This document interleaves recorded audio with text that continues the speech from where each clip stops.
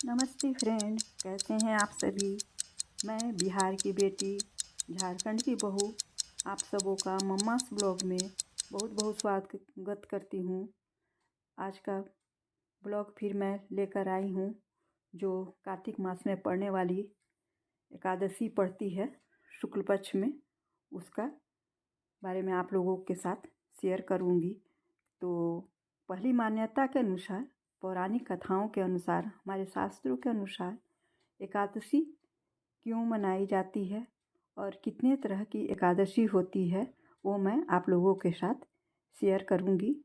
Friends, आप लोगों को मेरी जानकारियाँ कैसी लगती है ज़रूर बताइएगा, क्योंकि मैं पूरा सर्च करके आप लोगों के साथ ये एपिसोड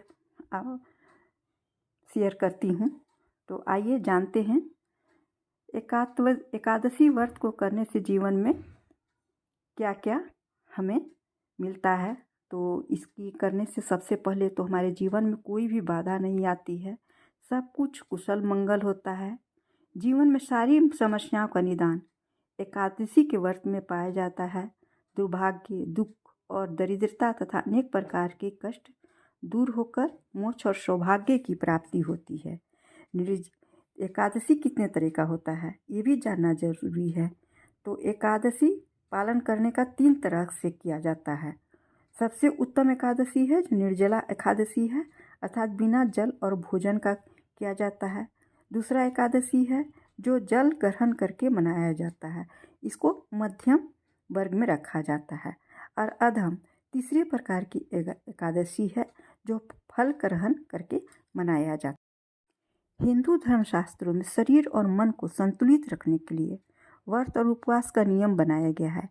एकादशी का व्रत 3 दिनों तक चलता है। उपवास के एक दिन पहले दोपहर में एक बार भोजन करते हैं, ताकि यह सुनिश्चित हो सके कि अगले दिन पेट में कोई भी अन्न का दाना न बचा हो। एकादशी व्रत के दौरान सभी प्रकार के अनाज का सेवन वर्जित है। प्रत्येक एकादशी को निराहार रहकर सूर्योदय से लेकर अगले दिन सूर्योदय तक जल ग्रहण नहीं करना चाहिए। सुबह जल्दी उठकर स्नान करके घर के मंदिर में दीप प्रज्वलित करना चाहिए। भगवान विष्णु को गंगा जल से अभिषेक करके पुष्प और तुलसी दल अर्पित करना चाहिए। तुलसी दल जरूर अर्पित करें, क्योंकि यह भगवान विष्णु की सबसे प्रिय भोग होती है और भगवान को भोग और तुलसी समर्पित करने का नियम। ईश्वर ने, प्रभु ने हमें यही शिक्षा दी है कि कैसे एकादशी का दिन षड रस यानी 6 प्रकार के रसों का त्याग करके व्रत को रखा जाए। षड रस यानी 6 प्रकार का अर्थ है रस जो खट्टा, मीठा, नमक, तीखा, कसा और पीत। इस जीव में 6 प्रकार के रस हैं। जीव जो रस में भरे हैं, रस जो वरुण के दूत हैं, वरुण जल के देवता है, जल ही हमारा जीवन है। जल का अर्थ है रस। रस यानी जीव पर विजय प्राप्त करना, जीव को वश में रखना। हिंदू धर्म में एकादशी व्रत का बहुत ही महत्वपूर्ण माना जाए। इस्कॉन में कृष्ण भक्त भी इस व्रत को बहुत ही विधि विधान से करते हैं और इस एकादशी व्रत का रखते हैं। वे श्री कृष्ण की पूजा इसमें करते हैं और उनकी विशेष आराधना करते हैं। देवउठनी एकादशी 2023 कार्तिक मास में पड़ने वाली जो एकादशी है, उसके बारे में मैं आप लोगों को अब शेयर करूंगी। देवउठनी एकादशी वाले दिन व्यक्ति को भगवान श्री विष्णु के सामने घी का दीपक जलाना चाहिए।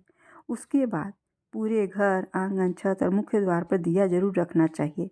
हिंदू मान्यता है कि देवउत्थान एकादशी के दिन घर में देसी घी का दिया जलाने से घर में हमेशा सुख शांति और सौभाग्य बनी रहती है।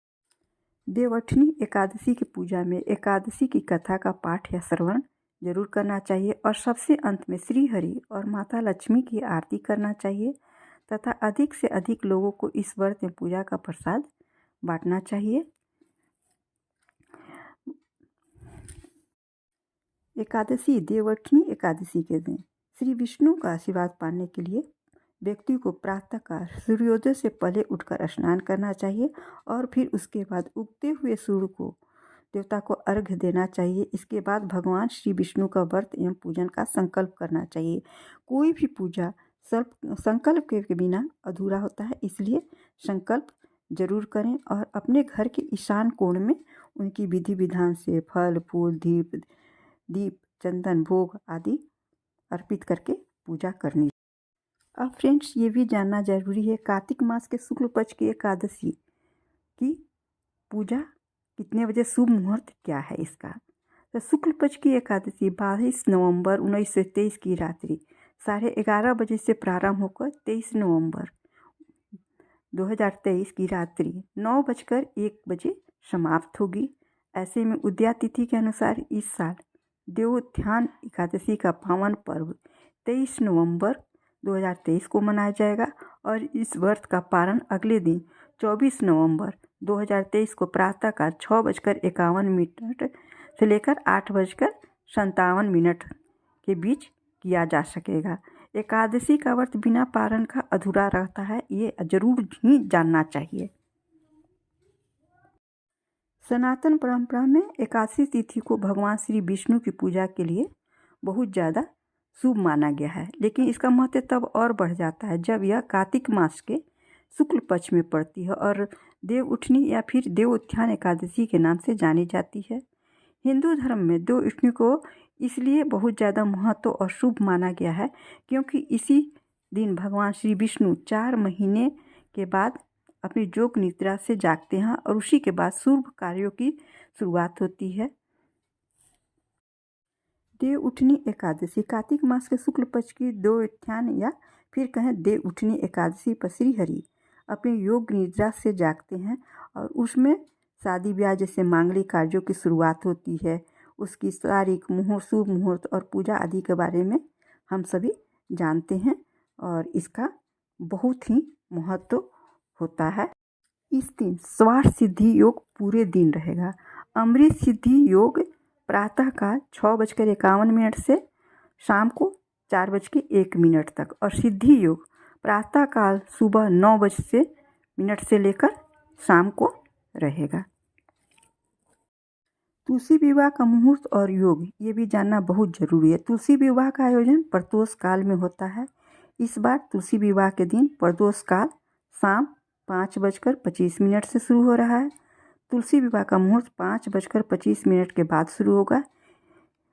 3 योग बन रहे हैं इस साल तुलसी विवाह के दिन 3 योग बन रहे हैं, जिसे मैंने आप लोगों के साथ शेयर किया है। अमृत सिद्धि योग प्रातः 6:51 से शाम को 4:01 तक रहेगा और सिद्धि योग प्रातःकाल सुबह से 9:05 तक चलेगा। पूजा के समय अपने हाथों में अक्षत लेकर दक्षिण की ओर खड़ा होकर अक्षत भगवान विष्णु को अर्पित करना चाहिए। तुलसी पर जल नहीं चढ़ाना चाहिए। इस दिन देवी भगवान विष्णु के लिए निर्जला व्रत रहती हैं। तिल का उपयोग करना चाहिए। तुलसी जी का पौधा जिस गमले में लगा हो उसमें शालिग्राम भगवान को रखकर तिल चढ़ाना चाहिए, ऐसा हम लोगों का हिंदू धर्म में मान्यता है। और तुलसी विवाह के दौरान तुलसी के पौधों की 11 बार परिक्रमा करनी चाहिए। इससे वैवाहिक जीवन में खुशहाली बनी रहती है। फ्रेंड्स, आप लोगों को मेरा ये एपिसोड तुलसी विवाह एपिसोड कैसा लगा ज़रूर बताइएगा और कमेंट कीजिए।